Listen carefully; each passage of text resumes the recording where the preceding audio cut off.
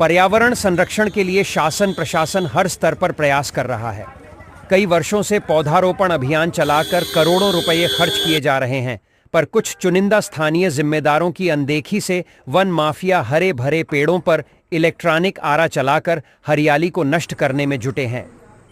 स्थानीय ग्रामीणों के बताएं अनुसार रविवार को कोतवाली बेनीगंज एवं वन रेंज कचौना के क्षेत्र कोथावा अंतर्गत रामपुर गांव में दक्षिण पश्चिम की ओर प्रतापपुर मार्ग किनारे लकड़ी ठेकेदारों ने एक विशाल हरे भरे जामुन के पेड़ को काट दिया, जो भीषण तपती गर्मी में कौतूहल का विषय बना रहा।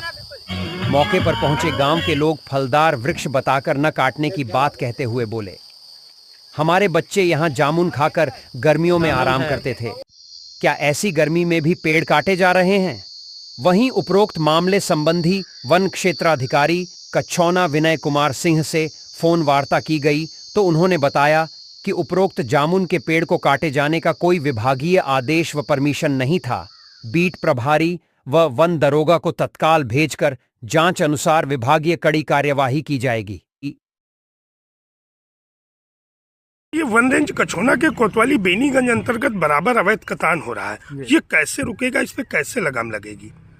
इसको रोकने के लिए हमारी प्राथमिकता है कि लगातार गश्त की जाए और जहाँ पर भी अवैध कटान हो रहा हो तुरंत पहुँचा जाए और जो उसमें संलिप्त हैं उनके खिलाफ, चाहे भले ही हमारे विभागीय लोग हों या बाहर के, हमने कभी किसी को बख्शा नहीं है। उनके खिलाफ कठोर कार्रवाई की है, आगे भी जारी रहेगी। और मैं खुद रात में या दिन में जब भी मौका मिलता है मैं क्षेत्र में ज़्यादातर अपना समय व्यतीत करता हूँ ताकि इस तरीके की चीज़ें ना हो, और आगे भी जारी रहेगा।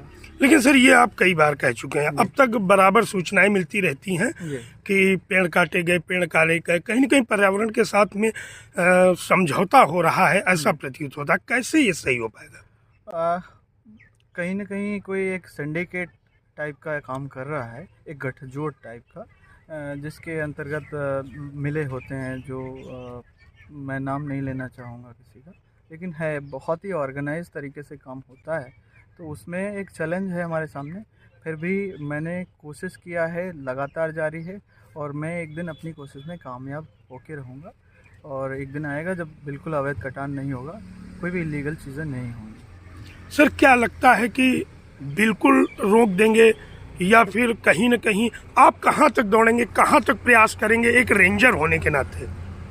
एक रेंजर होने के नाते हमारे जो दायित्व हैं वो उनका पूरी तरीके से निर्वहन करता हूँ अपने कर्तव्यों का। अवैध कटान की बात करें या जो भी इलीगल चीज़ें होती हैं हमारे रेंज में, उनके लिए सबसे पहले जिम्मेदारी बनती है जो क्षेत्र के लोग हैं, जिनका सेक्शन है, जिनकी बीट है।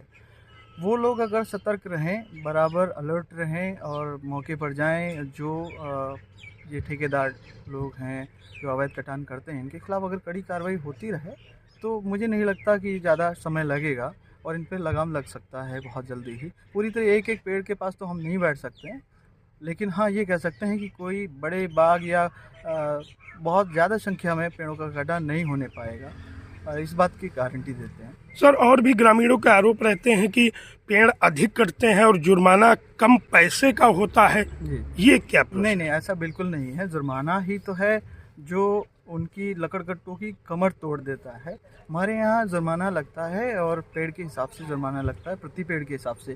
पेड़ चाहे पतला हो या चाहे जितना मोटा हो, जुर्माना हम लोग वसूलते हैं उनसे, उनकी रसीद उनको दी जाती है।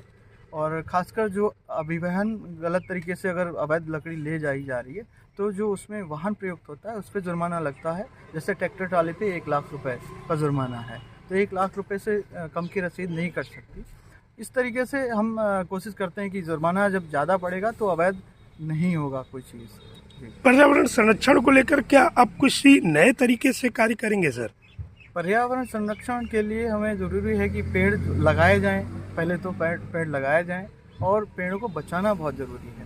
पेड़ लगाने से ज़्यादा ज़रूरी पेड़ बचाना भी है। हम भले ही 10 पेड़ लगाएं लेकिन उनको बचाएं और वो सर्वाइव करें, तो सर्वाइवल पे ज़्यादा जोर है।